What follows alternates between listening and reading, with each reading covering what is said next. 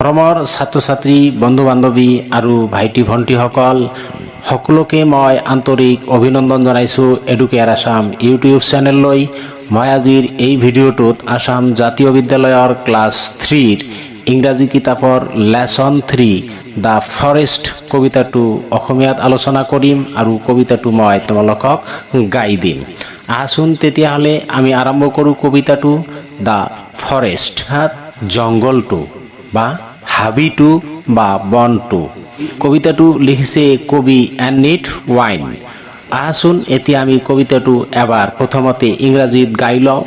The forest is the town of trees where they live quite at their each with their neighbors at their side just as we in cities wide. শুন আকৌ এবাৰ গাই দিছোঁ মই। The forest is the town of trees where they live quite at their ease with their neighbors at their side just as we in cities wide. এতিয়া আহচোন মই কবিতাটোৰ অসমীয়াখিনি তোমালোকক কৈ দিওঁ। The forest হাবি ইজ হয় দ্য টাউন চহৰ of trees গছবিলাকৰ, অৰ্থাৎ হাবি গছ গছনিবোৰৰ চহৰ হয়।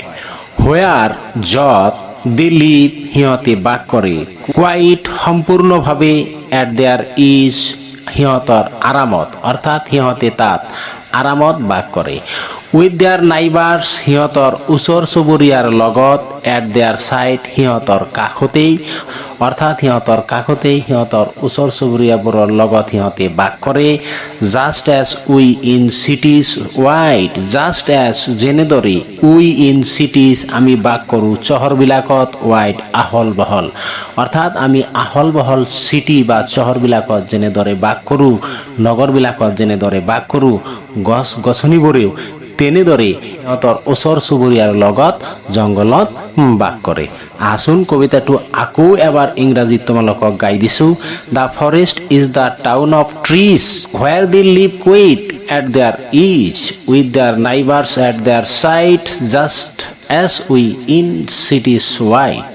ডিয়াৰ ষ্টুডেণ্টছ এণ্ড ফ্ৰেণ্ডছ, আজিৰ এই ভিডিঅ'টোত এই কবিতাটোৰ বিষয়ে আলোচনা ইমানখিনিয়েই। যদি তোমালোকৰ ভিডিঅ'টো ভাল লাগিছে, ভিডিঅ'টোত এটা লাইক কৰি দিবা, বন্ধু বান্ধৱীলৈ শ্বেয়াৰ কৰিবা, আৰু যদি তুমি এই চেনেলত নতুন আৰু চেনেলটো এতিয়ালৈকে ছাবস্ক্ৰাইব কৰা নাই তেতিয়াহ'লে চেনেলটো ছাবস্ক্ৰাইব কৰি নটিফিকেশ্যন বেল আইকনটো প্ৰেছ কৰিবা, যাতে পৰৱৰ্তী পাৰ্টবিলাকৰ ভিডিঅ'বোৰ তোমাৰ ওচৰত পোনে পোনে গৈ পায় আৰু ভিডিঅ'বিলাক তুমি পাই যোৱা। ধন্যবাদ। জয় আই অসম।